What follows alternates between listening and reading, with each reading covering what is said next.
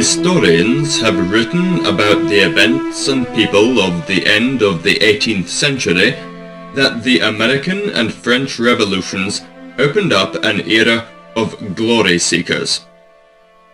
But among the dozens of famous princes and statesmen, generals and reformers of the late 18th and early 19th centuries, none could match the two rulers of human destinies, Emperor Alexander I of Russia and Emperor Napoleon Bonaparte of France.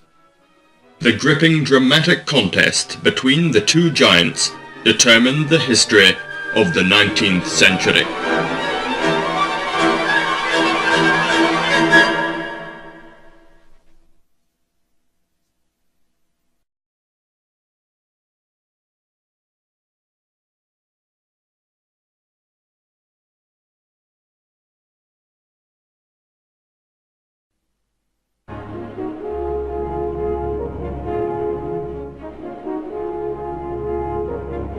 The Tsar drew certain advantages from the document signed in Tilsit. Allowing Napoleon to distribute the crowns of Europe unhindered, Alexander vanquished Sweden in the War of 1808 to 1809, annexed Finland, and by 1812 successfully concluded another war with Turkey. Russian forces in the Caucasus pressed forward, quelling local tribes and Persian armies. Already in 1808, during a rendezvous with Alexander in Erfurt, Napoleon felt that something had gone wrong. The Russian emperor refused to put an ultimatum to Austria, demanding a halt to the military reforms undertaken by Archduke Charles. Napoleon was furious, threw his hat on the floor and trampled on it. Alexander coolly reacted to this comedy. "You are impetuous, but I am obstinate," he said. "Let us negotiate, or I shall leave." In exchange for a grudging promise that Russia would declare war on Austria if she attacked France, Napoleon had to acknowledge Alexander's conquests in Finland, Moldavia, and Wallachia. After the Austrian campaign of 1809, Russo-French relations quickly deteriorated.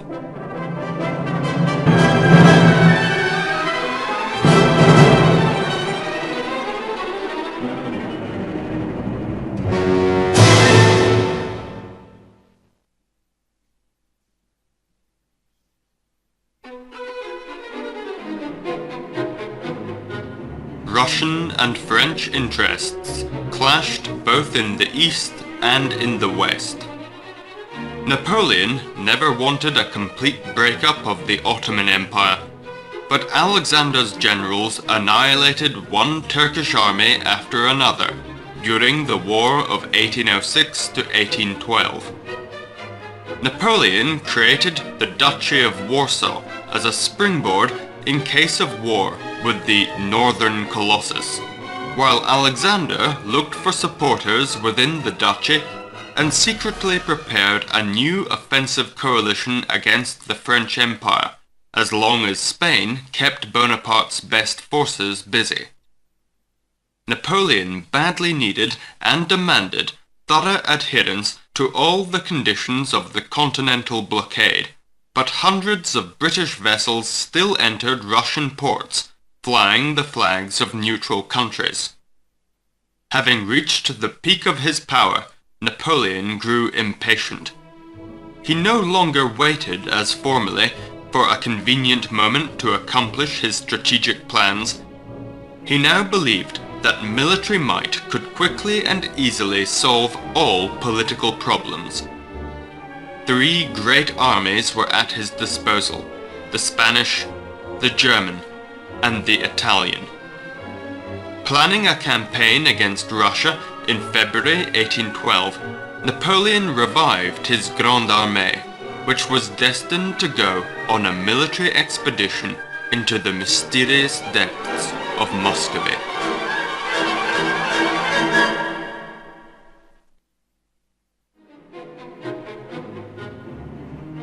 On the eve of the 1812 campaign, the Grande Armée numbered 678,080 men. 322,167 of them belonged to the contingents from the countries which depended on France in some way or another. The Grande Armée consisted of 10 army corps, the Imperial Guard, a separate Austrian unit, and 4 reserve corps. Many of those who took part in the Russian campaign remarked that the Great Army of 1812 was by far inferior to its predecessor, which gained the Emperor his victories at Austerlitz, Jena, and Friedland. Nevertheless, the army of 1812 still remained a formidable force. Terror was inspired by its commander alone, who seemed to have reached the heights of earthly power. By the 15th of April, the first echelon of the Great Army was concentrated between the Vistula and the Niemen. On the left flank, under his own command, Napoleon deployed the 1st Army Corps of Marshal Davout, the 2nd Army Corps of Marshal Oudinot, the 3rd Army Corps of Marshal Ney, the 1st Reserve Cavalry Corps of Division General Nansouty, the 2nd Reserve Cavalry Corps of Division General Montbrun, and Bonaparte's famous Imperial Guard. The center of the Grande Armée was headed by Eugene Beauharnais, Viceroy of Italy. His unit included the 4th and 6th Army Corps, as well as the 3rd Reserve Cavalry Corps. The right flank was entrusted by Napoleon to his brother Jerome. His forces comprised Prince Poniatowski's Polish troops, the Saxonian and Westphalian Corps, and the 4th Reserve Cavalry Corps.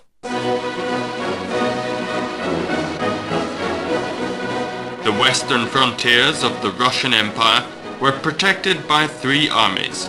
The 1st Western Army, under General Barclay de Tolly, the War Minister, the 2nd Western Army of General Prince Bagration, and the 3rd Western Army of General Tormasov. The Russian commanders waited for Emperor Alexander's instructions.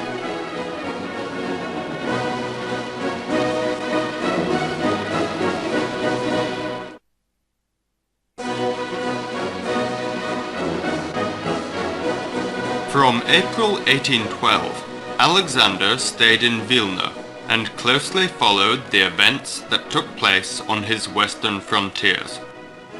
The plan for the impending war was devised by the Emperor and his Minister of War. It implied 2 courses of action. If circumstances permitted, the Russian armies were to invade the Duchy of Warsaw and Prussia, hoping to incite against Napoleon those parts of Europe which were hostile to his policy. If the campaign were to start with the offensive of the Grande Armée, then the 1st Western Army should have retreated, while other troops had to attack the enemy in the flank and rear. Barclay de Tolly, an outstanding strategist, believed that the surest way to defy Napoleon was to withdraw and to entice him into the Russian hinterland. But other leading Russian generals, brought up by Suvorov, scorned the very idea of retreat. The champion of this offensive party was Prince Pyotr Bagration, Suvorov's favorite and hero of almost all the major battles of the time.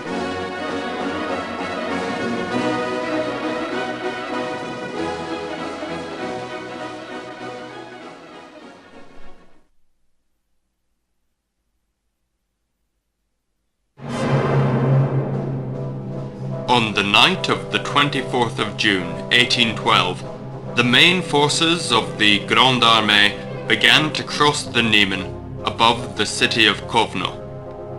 An eyewitness described that fateful moment. The Emperor's tent was visible on the highest point, 300 steps away from the river. Around it, all the hills, slopes and valleys were covered with men and horses.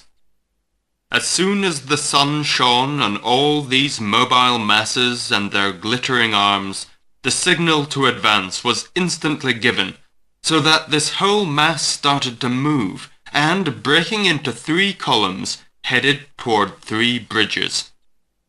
One could see how these columns twisted, descended down the small plain which divided them from the Niemen, approached the river, stretched and shrank in order to cross the bridges, and finally reached that foreign land which they sought to devastate, but were soon to strew with their own remains.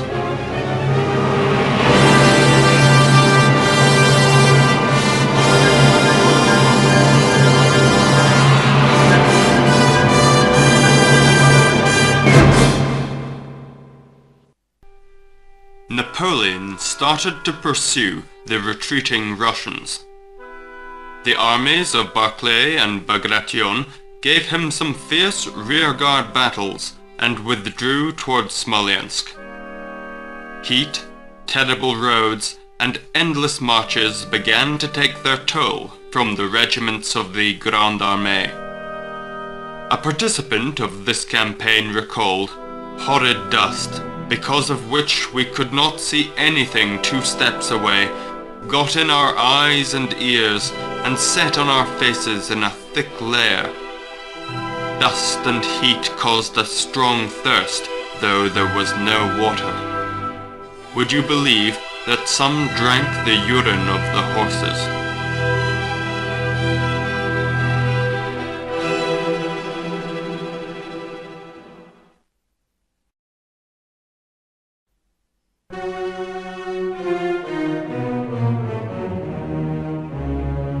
A considerable party at the Russian court urged the Tsar to conclude a peace with the French immediately. Among those who doubted the possibility of a Russian victory were Grand Duke Constantine, Empress Maria Feodorovna, Chancellor Nikolai Rumyantsev, and even Alexander's favorite, Arakcheev. The words of the Tsar's manifesto about the war with France sounded as an answer to the peace lovers. "I shall not lay down arms until the last enemy soldier leaves my tsardom." When Barclay's army still stood in Polotsk, Alexander was advised by his ministers to leave his troops and return to St. Petersburg. Nobody could foresee the course of events, and it seemed unwise to risk the Tsar's life. On the 18th of July, Alexander set out from Polotsk. On the 23rd, he met with an enthusiastic reception in Moscow, and reached St. Petersburg on the 10th of August. But the news which was arriving in the capital increasingly worried the Tsar.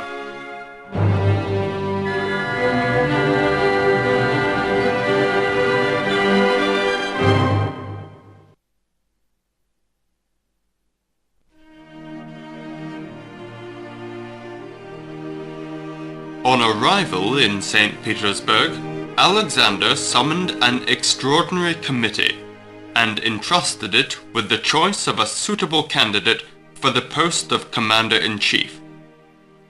The committee decided in favor of Kutuzov. Alexander thought that his military talents were grossly exaggerated, but gave his grudging consent. Since public opinion expressed growing protest against the endless retreat of the Russian armies, Alexander made it abundantly clear that he expected a winning report from Kutuzov. Russian withdrawal went on, while in St. Petersburg, Alexander and his trusted advisor, Prince Pyotr Volkonsky, chief of the General Staff, laid their plans for the complete destruction of the still triumphant Great Army.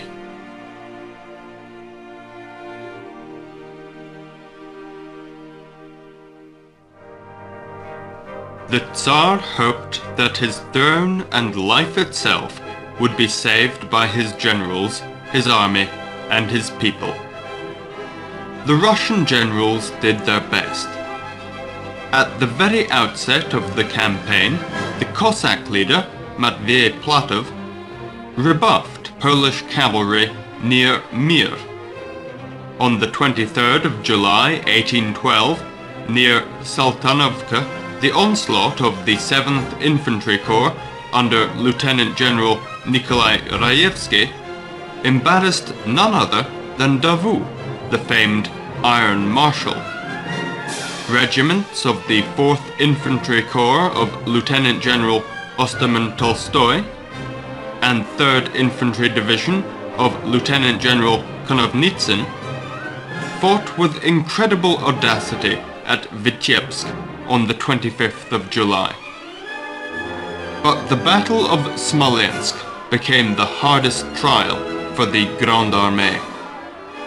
Assault columns headed by Ney and Davout took turns in storming the ancient walls of the city, while French artillery never ceased fire for a minute.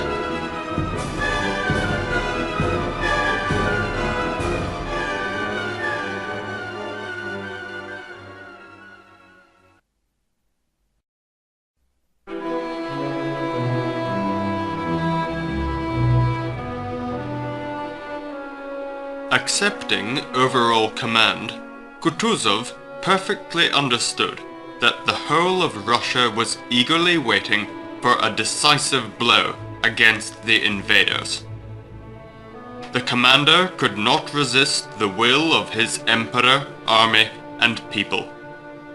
On the 7th of September 1812, Kutuzov arrayed the recently united 1st and 2nd Western armies on the field of Borodino and waited for Napoleon's charge. The French emperor was delighted. Seeing the night fires burn in the camp of the Russian army, which had eluded him all summer, he was certain that it would shortly meet its doom. Elated by the forthcoming engagement, Napoleon addressed his troops with a pathetic proclamation. "Warriors, here is the battle you have longed for. Victory is in your hands. We need it. It will bring us wealth, good winter quarters, and a speedy return to our homeland. Fight as you fought at Austerlitz, Friedland, Vitebsk, and Smolensk, so that your distant heirs will proudly remember your feats on this day and say, 'He also took part in that great battle near the walls of Moscow.'"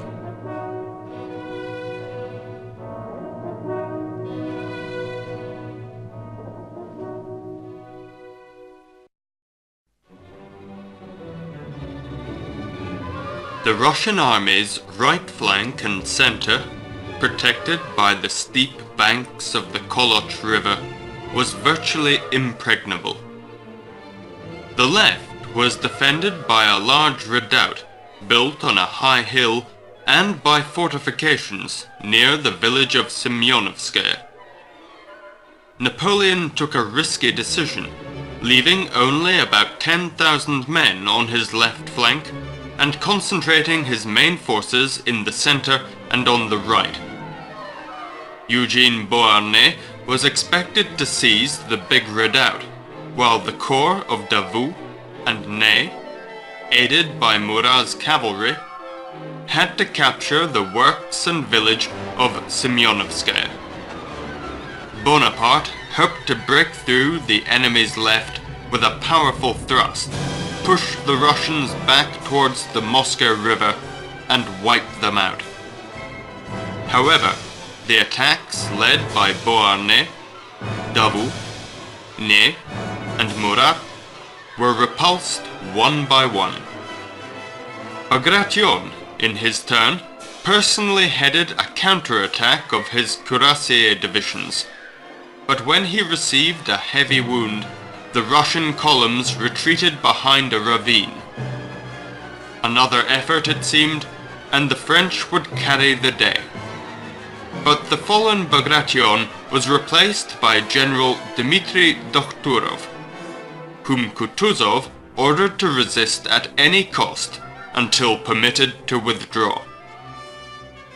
Again and again, Ney and Davout spurred on their exhausted infantry, while Murat's horsemen rushed against Russian squares bristling with bayonets. Gradually, the violent drive of the Grande Armée died away. French marshals begged the Emperor to make use of his guards. Napoleon, famed for his instant and timely reaction in battle, hesitated. Suddenly, he got the report from his left flank that Beauharnais' corps was assailed by throngs of Cossacks. It turned out that on Kutuzov's orders, the cavalry of Platov and General Fyodor Uvarov performed a diversionary maneuver. Soon, the panic in French ranks was contained, but in the end, Napoleon did not venture to resort to his imperial guard. The storming of the big redoubt claimed the lives of Generals Montbrun and Caulaincourt, and one of the French cuirassier divisions perished there almost entirely, while surviving Russian lines fell back a mere 700 meters and held their new position until darkness.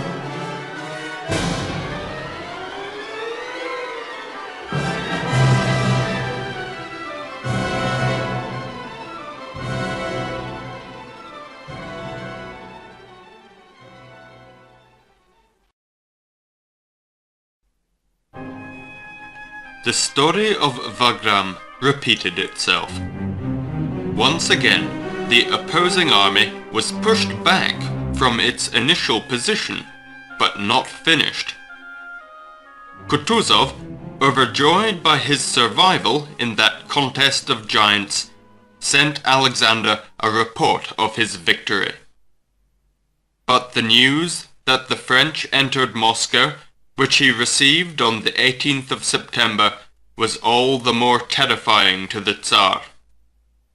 Alexander's hair turned grey overnight, but his perseverance was worthy of his men's courage.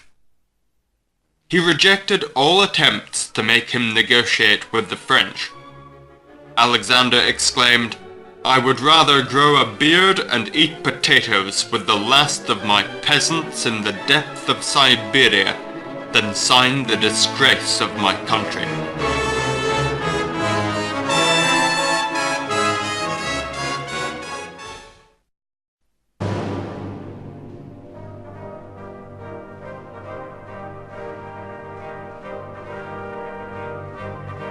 Napoleon found himself in a trap. On the very day when his columns entered the streets of Moscow, the city went up in flames.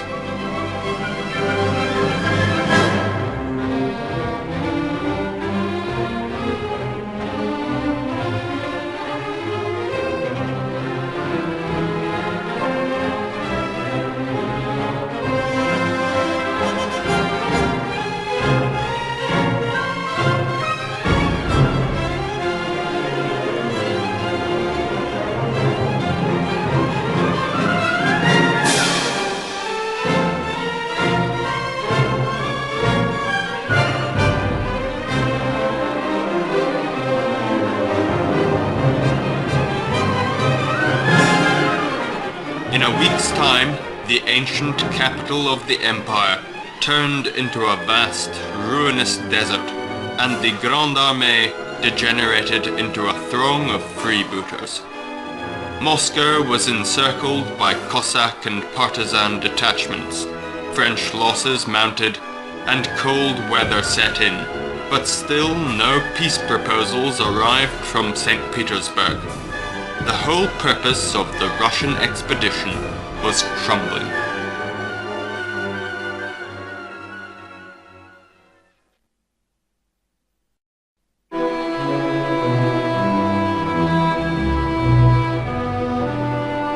Field Marshal Kutuzov assembled the rest of his troops in a fortified camp at the village of Tarutina.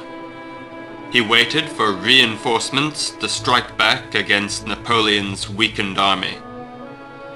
On the 18th of October, Napoleon abandoned Moscow, hoping to get back to Smolensk and join his reserves. The Emperor did not wish to follow the Mozhaisk road, already ravaged by the war. He planned to lead his columns through Kaluga, but was intercepted by Kutuzov's army at Mala-Yaroslavets. Thanks to the heroic efforts of the Italian Corps under Eugene Beauharnais, the town was captured after 8 assaults, but the main Russian forces were lined up for battle on the hills beyond. Napoleon avoided another clash and had to take his battered forces back to the Mozhaisk road.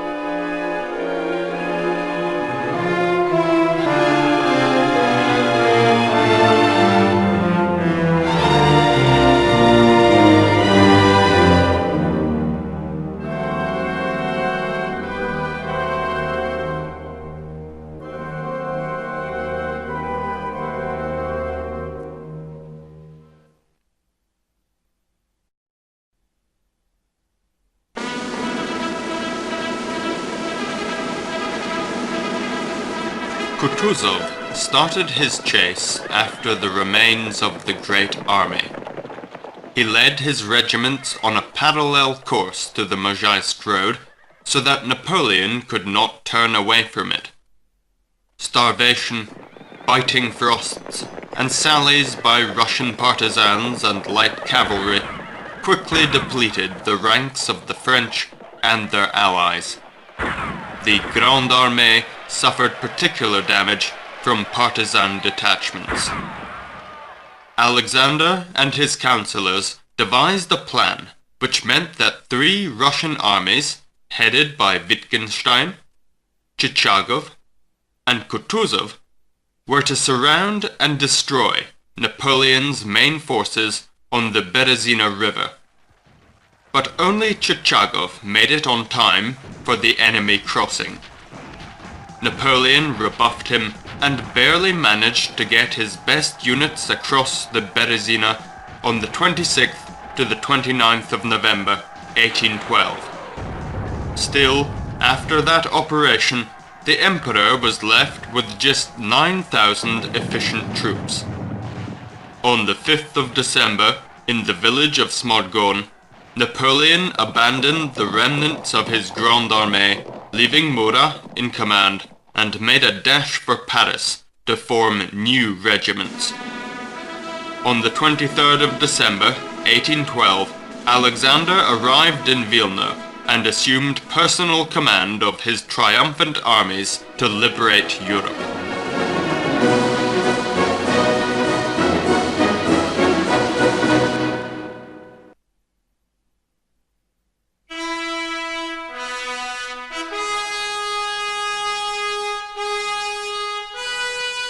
At last, Alexander could accomplish his plan, which he failed to carry out before the campaign of 1812, to create a powerful coalition against Napoleon.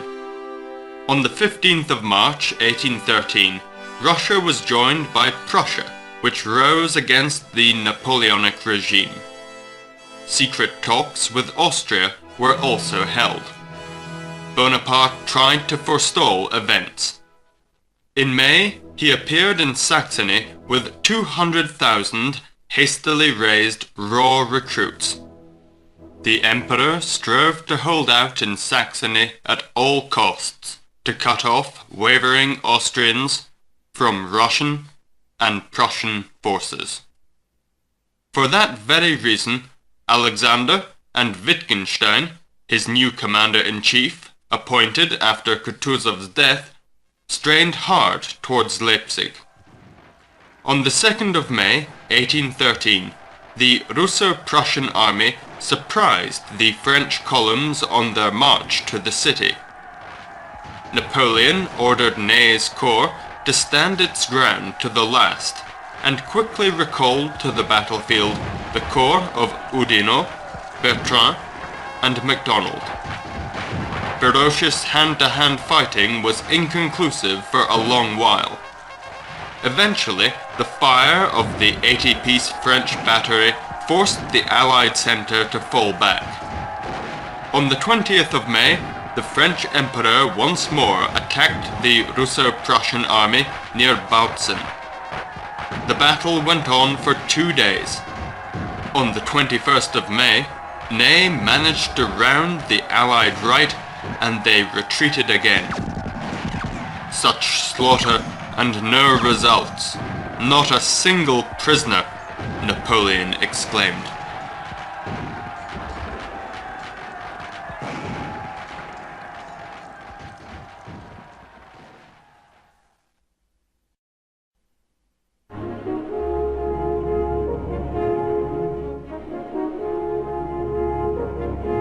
King Frederick of Prussia was discouraged by defeats, but Alexander retained his composure.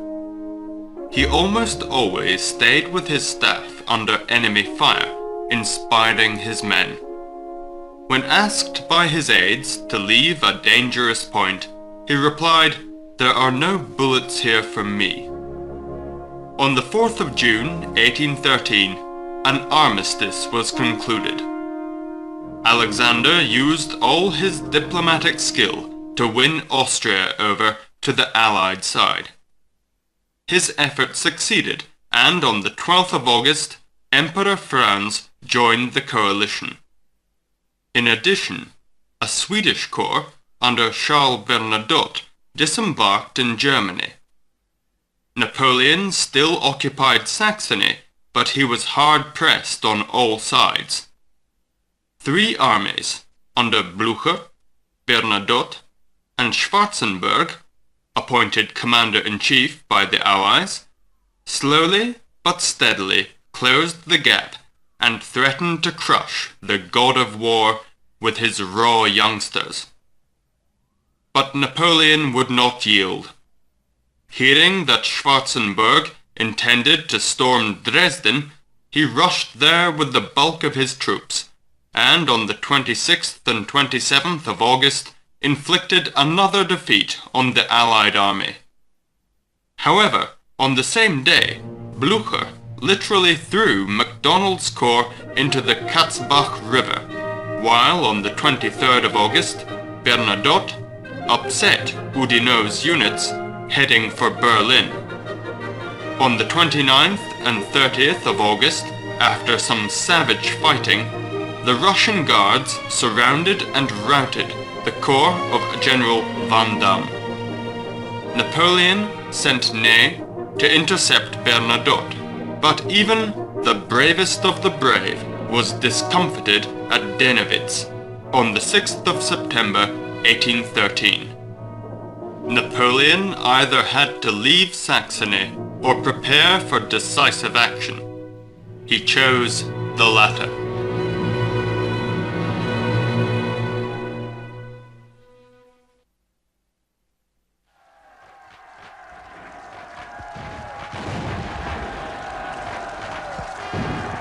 On the 16th of September 1813, Napoleon struck against Schwarzenberg's army near Leipzig, in an effort to annihilate it before others arrived. He aimed several mighty blows at Schwarzenberg, but the tenacity of the Russian infantry saved the day. On the 17th of September, Bernadotte's army made it to Leipzig. On the 18th, the French were already pushed back towards the city, while Saxon troops deserted Napoleon and changed sides at the height of the battle. On the 19th, the depleted French units abandoned Leipzig in confusion and retreated towards the Rhine. The way to France now lay open for the Allies.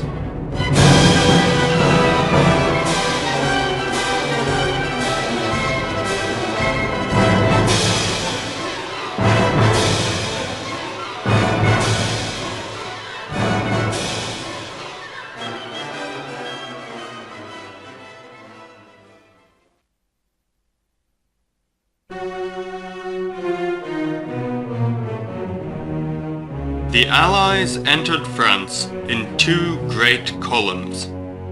The first was formed by Schwarzenberg's army, which deployed near the town of Langres.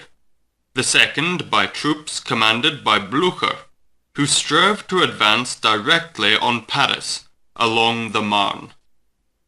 The Austrians took their time with a triumphant finale of the war. Emperor Franz and Foreign Minister Metternich were least of all interested in the rise of Russia and Prussia, and thought that if Napoleon had given up his conquests, peace could have been concluded with him. Metternich did not realize something which Napoleon perfectly understood. His throne rested on his glory as a fortunate commander and a conqueror. It would hardly be possible for him to keep the crown if he acknowledged defeat. Alexander tirelessly persuaded the Austrians to advance, but their main army stood still near Langres. Then the Tsar got the consent of his regal colleagues to give an opportunity to the ardent Blücher, and early in February 1814, the old Prussian field marshal darted towards Paris, stretching his troops over the Marne Valley.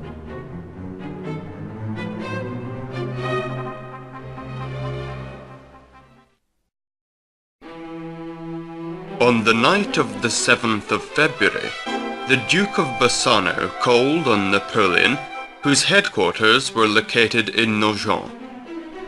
Bending over a map studded with pins, Napoleon did not turn his head, and said to the Duke, "I am beating Blücher in my mind."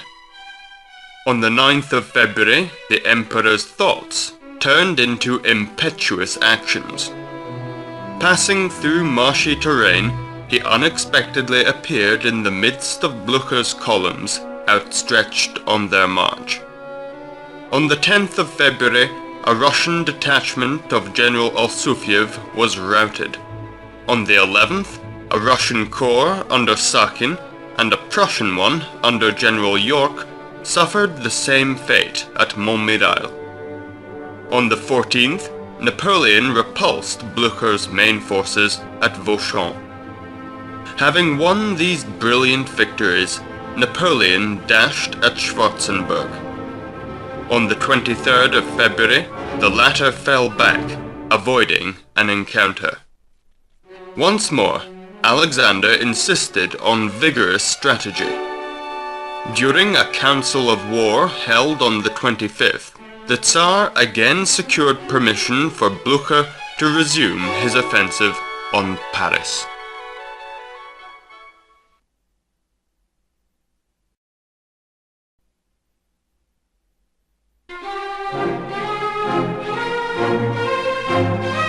On the 7th of March, 1814, Napoleon struck against the Russian corps of General Mikhail Vorontsov at Crayon. Vorontsov resisted French charges the whole day, and Napoleon suffered heavy losses. On the 9th of March, his weakened army had to face Blücher's main forces, and was upset by them. In this evidently hopeless situation, the Emperor's military genius prompted him to take a hazardous move. He led his army away from Paris towards the border forts, which still defied capture, and thus ended up behind the Allies. Hearing of Napoleon's maneuver, Schwarzenberg was ready to swallow the bait and move back. Alexander warned him that he would then march on Paris himself with his guards and Blücher's men. His yearning for a final victory was insurmountable, and Schwarzenberg complied. On the 30th of March, 1814, after a bloody assault, the capital of the French Empire surrendered.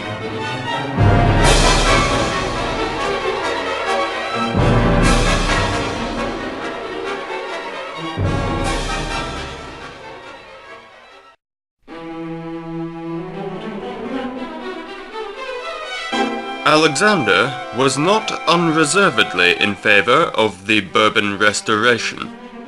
He believed that Europe should get an opportunity to recover from wars and revolutions, and thought that the conservative inclinations of the Bourbon princes could cause new political troubles in France. But Talleyrand managed to convince the Allies that his country wanted the old dynasty to return. At this moment, the Allies learned that Marshal Marmont took their side with his corps. On the 6th of April, Napoleon gave in to circumstances and signed his abdication, while the Senate proclaimed King Louis XVIII on the same day. On the night of the 12th of April, Napoleon drank the poison which he had always had by him since the Russian campaign. He suffered from acute pain, but the poison lost its power, and the Emperor survived. On the 20th of April, Napoleon bid farewell to his old guard at Fontainebleau, and was sent to honorable exile on the island of Elba.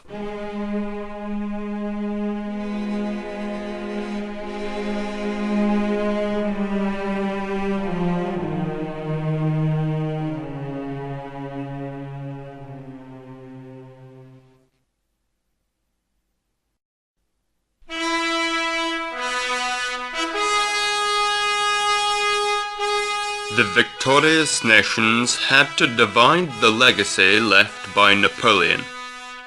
To achieve that purpose, an international congress was summoned in Vienna, where 216 great and small states of Europe were represented. The leading roles at the Congress of Vienna were naturally played by major powers like Russia, Austria, Britain, Prussia, and France. Alexander stubbornly demanded the annexation of the Duchy of Warsaw to his empire. The famous Talleyrand, who represented the interests of King Louis XVIII, craftily fanned discord among former allies. Eventually, on the 3rd of January, 1815, Lord Castlereagh, Metternich, and Talleyrand signed a secret agreement aimed against Russia and Prussia. Europe stood on the brink of another big war when, on the 6th of March, news was heard in Vienna of Napoleon's escape from Elba and his landing in France. As soon as Napoleon entered Paris, he found the text of the secret treaty in the study of King Louis, and sent it to Alexander. The Tsar received the document on the 8th of April. At once, he invited Metternich to see him. "Are you aware of this document?" inquired the Emperor. The Austrian diplomat was so embarrassed that he could not utter a word. Then Alexander said, "Metternich, as long as we live, we must never discuss this subject. Now we have other matters to attend to. Napoleon is back, and our union must be stronger than ever before." The Allied forces were bound for France again.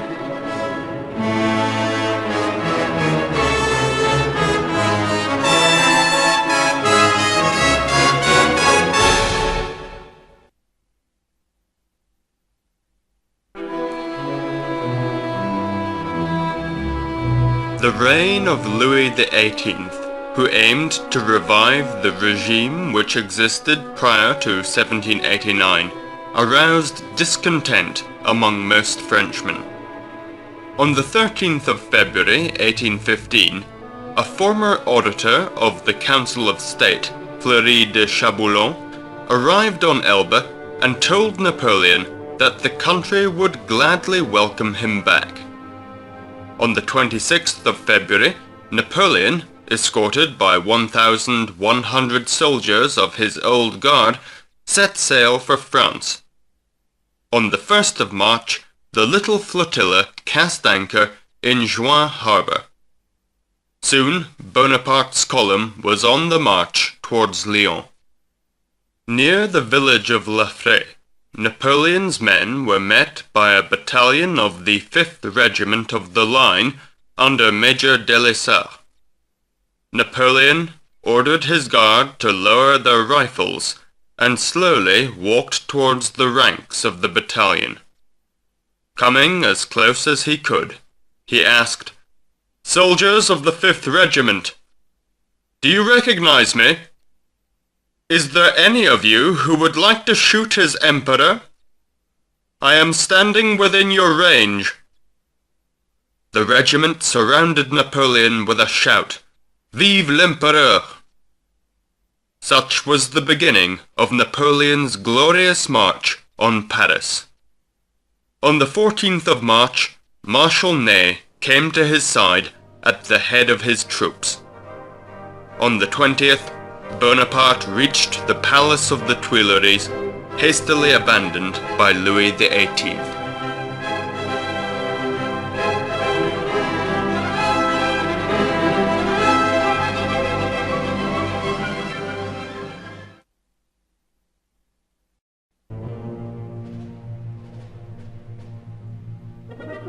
The armies of the coalition at once set out for France. The British, under Wellington, and the Prussians, under Blücher, were deployed on Belgian territory, closest to Paris. Napoleon decided to strike his first blow against them. On the 15th of June, 1815, he crossed the Sambre River near Charleroi, driving a wedge between Wellington and Blücher. On the 16th of June, Napoleon attacked the Prussians at Ligny, while Marshal Ney dealt with the British at Quatre Bras. Blücher lost about 20,000 men and fell back, but Wellington managed to withstand Ney's charge. Napoleon dispatched Marshal Grouchy to pursue Blücher and led his main forces against the British.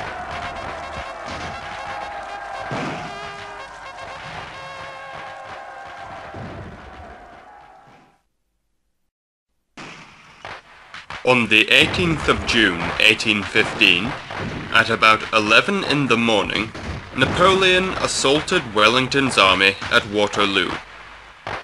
Wellington took advantage of his strong defensive position and hoped to hold out until Blücher's arrival.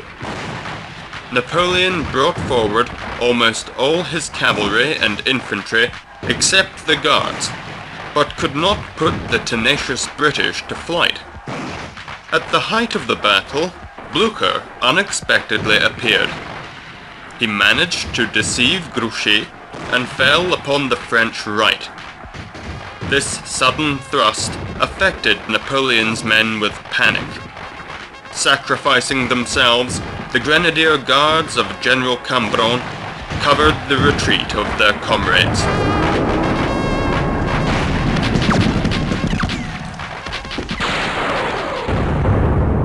Back in Paris, a provisional government declined Napoleon's request to give him dictatorial powers so that he could continue the war. Bonaparte had to abdicate for the second time in favor of his son. He departed for the city of Rochefort and came on board the British frigate Bellerophon. From there he addressed a letter to the British Prince Regent. "Your Royal Highness, being a victim of party struggle which is rending my country, and a victim of the great powers of Europe, I have ended my political career. Like Themistocles, I have come to the fire of the British people. I place myself under the protection of their laws, and implore your Royal Highness as the most powerful, most constant, and most noble of my enemies, to give me this protection." The Prince Regent did not appreciate this heroic gesture. Napoleon was sentenced to permanent exile on the island of St. Helena.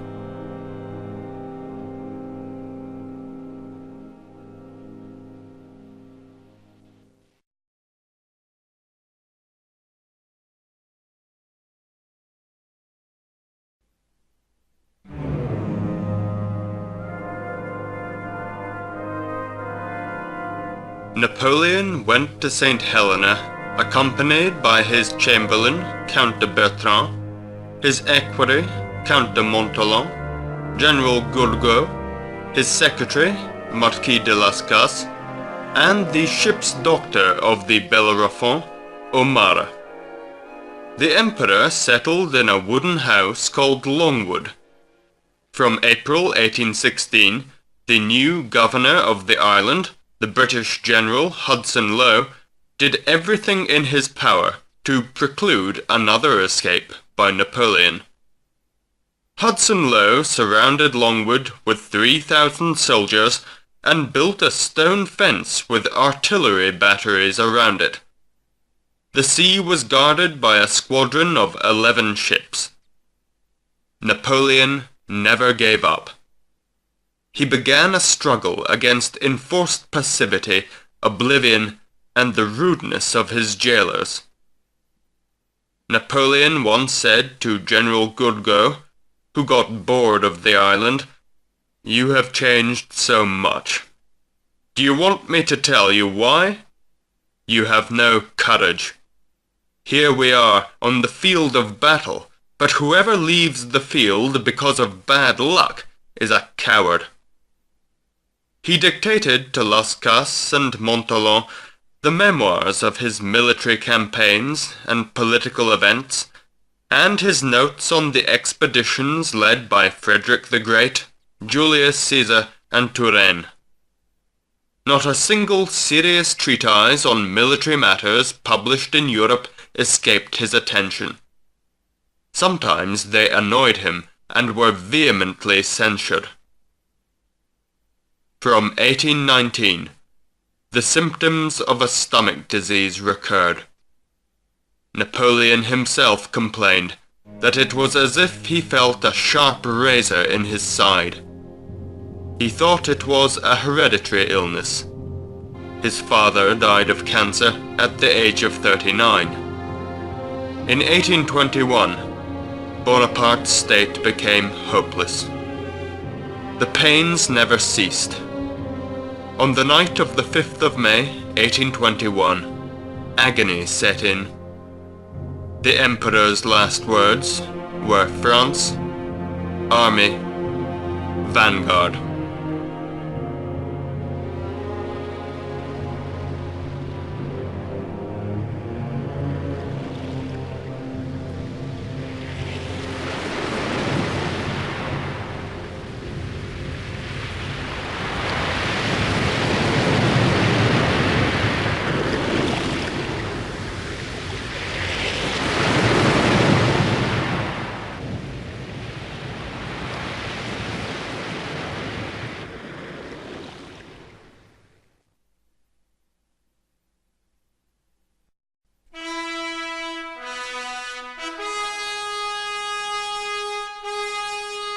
The whole of Europe regarded Emperor Alexander of Russia as the principal victor of Napoleon. But Alexander never entertained Napoleonic plans.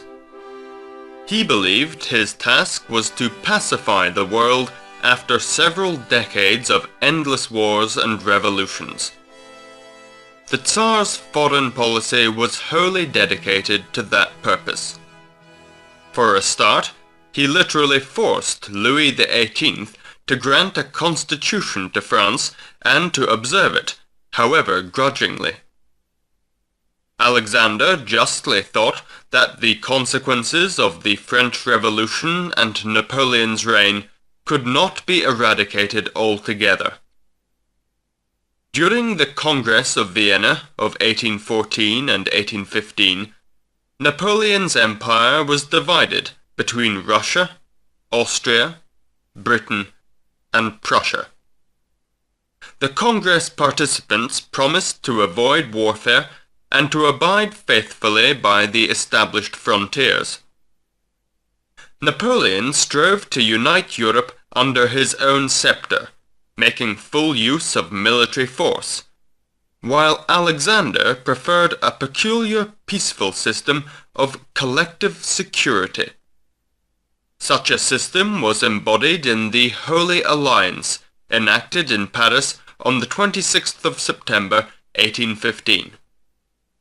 By this act, the rulers of Austria, Prussia, and Russia undertook to govern their subjects according to the commandments of Christian charity, while the nations were to obey their monarchs with Christian humility.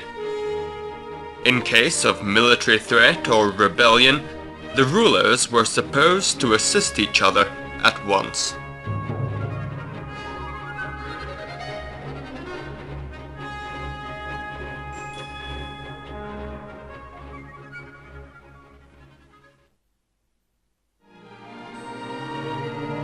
The Tsar believed that now he could get back to reforming his country. In accordance with the decision of the Congress of Vienna, most Polish lands were incorporated into the Russian Empire as the Tsardom of Poland. Alexander turned this Tsardom into a constitutional monarchy. Alexander remained the autocrat of Russia, but became a constitutional king of Poland. His old friend, Novosiltsev, was commissioned to work out a constitution for the whole of Russia. By 1820, the project was prepared and approved by Alexander. From 1816 to 1819, the peasants of the Baltic provinces were freed from servile subjection. In 1817 and 1818, Arakcheyev and Minister of Finance Guriev worked on projects to gradually abolish serfdom all over Russia. But by that time, Alexander's reforming mood was already dying away. Events that occurred both outside his empire and within it proved hard to control.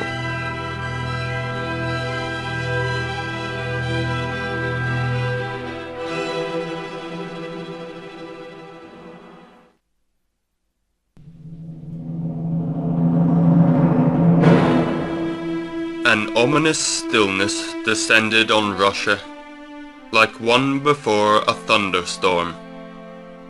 Contemporaries could not help noticing that drastic measures were taken by the police. In 1817, Alexander created the Ministry of Spiritual Affairs and Popular Enlightenment, headed by the Supreme Procurator of the Holy Synod, Prince Golitsyn. Liberalism was now persecuted. Disgrace could befall anyone, even for a single witty phrase. From 1816 onwards, the system of so-called military settlements was quickly established under Arakcheyev's supervision. Peasants belonging to the state were now counted as military settlers. They still toiled on the land, but also had to undergo daily military training.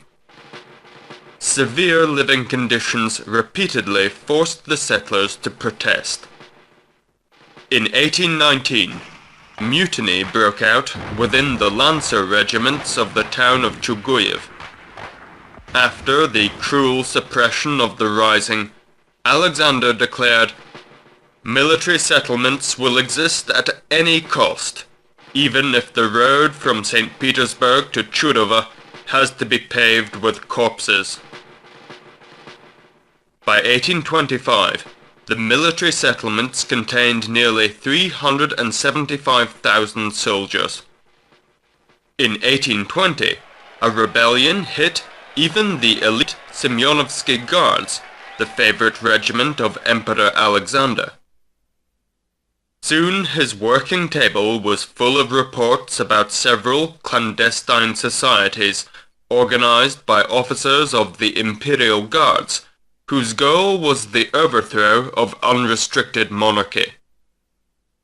The Tsar perfectly realized that many conspirators were inspired with the very same dreams of constitution and emancipation of serfs, which he himself fruitlessly attempted to put into practice over several decades. Alexander confessed as much to General Vassilchikov, who acquainted him with the evidence on secret societies. You know that I have personally shared and encouraged these illusions and fallacies. Beginning from the year 1820, the Tsar grew ever more dejected. Virtually surrendering the government to Arakcheev, Alexander preferred to read the Bible and to say lengthy prayers rather than get involved in political matters. Fatalism and mysticism possessed his soul in his final years.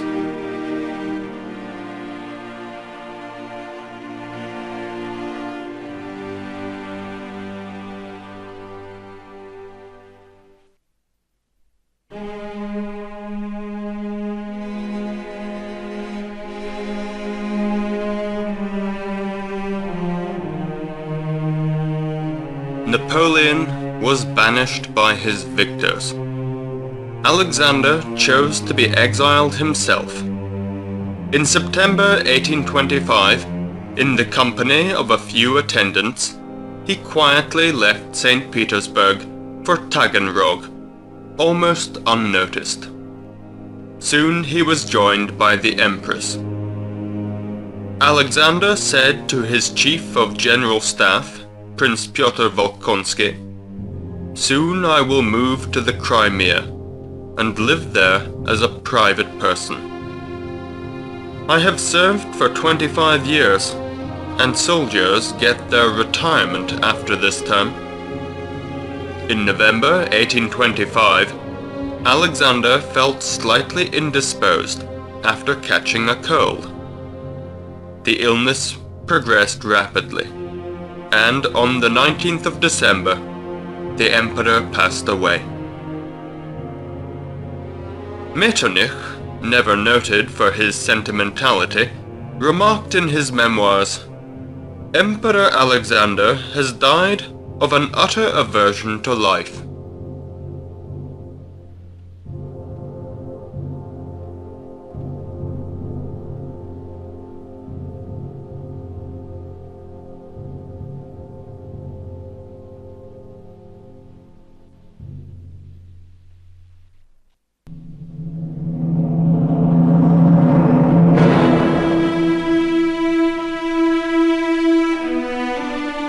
For all that, the deeds of the two great emperors have survived. All the major achievements of the revolution, which Napoleon skillfully employed and defended, turned into a reality, and exerted their influence on every succeeding government. Even after the Bourbon Restoration, France could never again exist as an old feudal kingdom. In Russia, the idea of liberal reform became so deeply embedded in society that even the austere and conservative Emperor Nicholas I secretly furthered the cause of his elder brother and instructed his advisors to work on projects for the abolition of serfdom. Alexander and Napoleon both died broken and disappointed men. The Corsican lost his power, his empire, and his dearly beloved son. Alexander for decades endeavored to reform Russia's political structure, only to feel behind his back the murderous dagger of conspiracy in his final years.